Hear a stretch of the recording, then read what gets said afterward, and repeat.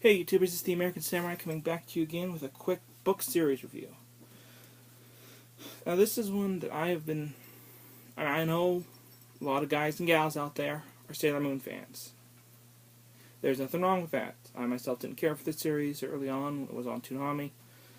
But recently I've gotten into the manga series, and I have to admit it's quite an enjoyable series. And also I've been reading some fanfiction crossovers with Naruto that are really enjoyable. I really like it. The one I highly recommend checking out if you're looking for good fan fiction is one called Moonlight Fox. I have not read all the way through. And actually did a sequel. The guy who wrote actually did a sequel to it too on fanfiction.net. So actually all the crossovers I've read are pretty good. But anyways, what a lot of people may or may not know is like the legendary original series of Ultra Muscle, which the toys and the games came out in America, but the anime series and the manga never came out in America. There was a precursor to the Sailor Moon series. Now, if you remember correctly in the anime series, another Sailor Scout had been fighting crime a lot longer than Serena or Usagi, whatever you want to call her, and her friends. And that Sailor Scout went by the simple name of Codename Sailor V. So, this is a precursor, similar to a lot of other ones you've seen. It's a 2-volume series. And this tells the story behind the story of how Mina met Artemis and how they went on adventures solo before the Sailor Scouts show up. And there are little cameos by Usagi and the others. And forgive me if I'm pronouncing the name wrong. But it's really enjoyable and just a really good series. If you're in hardcore to Sailor Moon, you probably already know about this series, but you may have not known it was out in America because there was an anime series too. Unfortunately, I don't think that will ever come out in America. I'm so sorry to be the bearer of bad news about that. But anyways, yeah. So this is just a great series of books, especially even if you're not into Sailor Moon. I highly recommend reading it. I do warn you that you will cry. Because, not to spoil the story for you, but Sailor V does have a protector like Sailor Moon does. But she doesn't get the... Well, I don't want to spoil it for you because you gotta read the book to find out. It's just really interesting, but she does have a protector originally like Sailor Moon does, but his name is the Phantom Ace. Think Tuxedo Mask meets Gambit kind of deal.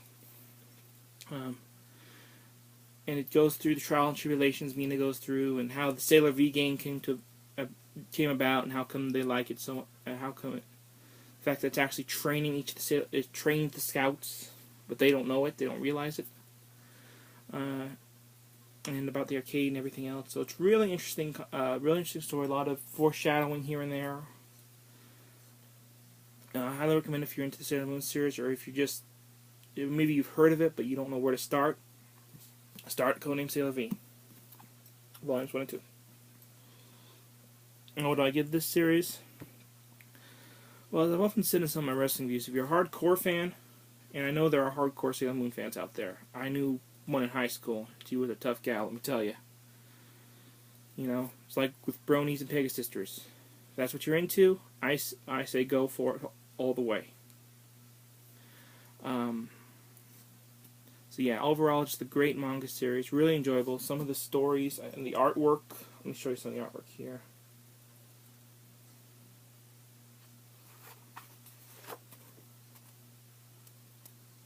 As you can see, it's got the same artwork as the original and introduces a lot of characters and new different bad guys that you never got to see and also the Dark Moon Talent Agency, which I believe by the time Sailor Moon was actually already destroyed by Sailor V. And it also explains that Mina, even though it doesn't show it in the anime, is actually a police officer. Later on, she actually ends up getting recruited by one of the police agencies. So it's really interesting. A lot of different facts and stuff you wouldn't know if you didn't, Like I said, this takes place about a year before the Sailor Moon series.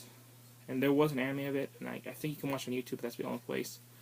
So as I was saying, what's the scale? Well, I was never a Sailor Moon fan until I read this. And then I started getting into the series, and now I've got quite a few of the books, about volumes 1 through 8, plus the short story collections.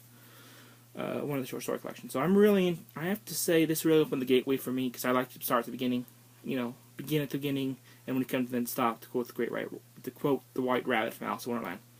So I really like this. I give this series on a scale of from 1 to 10. I have to give it a 10 because it actually made me into a fan of Sailor Moon. And I was never a fan of the anime series. Now I'm suddenly into it, so I give it 10. If you're a Sailor Moon fan, pick it up. It's not that expensive. I think I paid... Yeah, it's about $11 each. So about 22 something probably total. You can pick them up at Barnes & Noble, Amazon.com, or any local retailers. I highly recommend checking out the series, especially if you're one of the guys like me who likes to know the story behind the story. Until next time, this is your good pal, the American Samurai, saying, stay true to what you like, stay true to what you believe, and until next time, sayonara!